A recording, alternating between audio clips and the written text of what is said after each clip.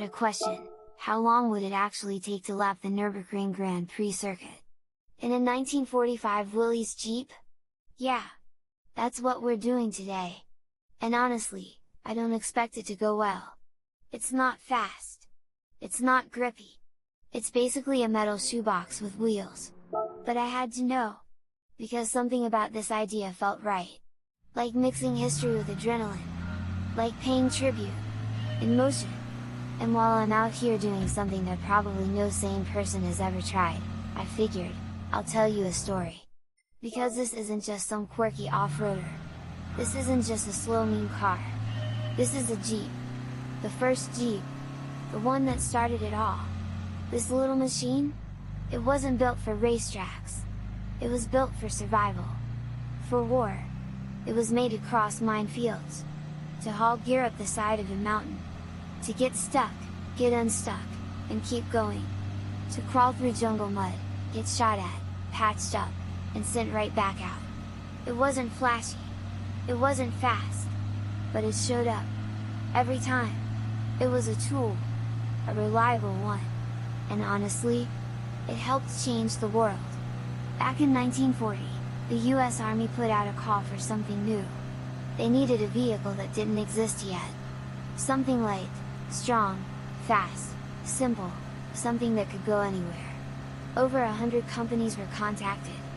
Only 3 submitted prototypes. And only 2 could even make the deadline. One of them was Bantam. They were the underdog, the tiny guy. Their design was rough, but promising. Then came Willys.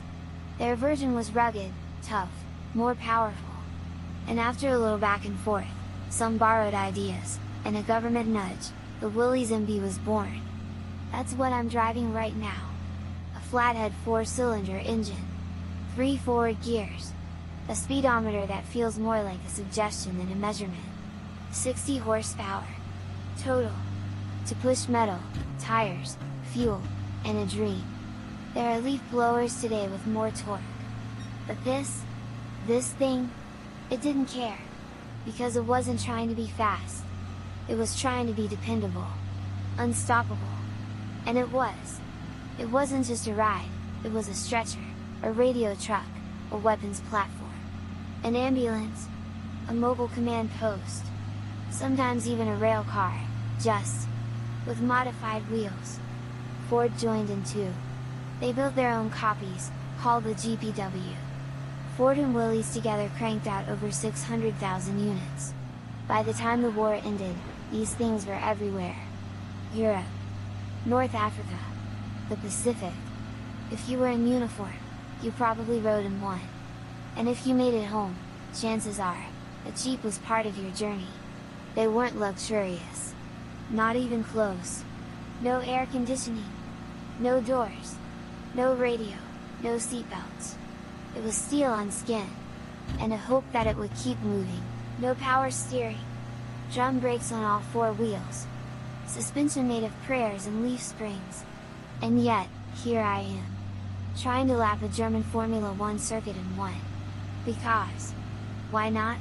It leans like a folding chair on gravel. The brakes feel like I'm squeezing a block of cheese. And the steering? Somewhere between guess and hope. But somehow, it holds together. There's a weird kind of grace in it. Because this Jeep's been through worse. Way worse. It crossed rivers with no bridges. Drove through artillery blasts. Pulled wounded soldiers off the battlefield. It's climbed muddy ridgelines in Burma and sped down bombed out roads in France. And now it's here. At Nürburgring.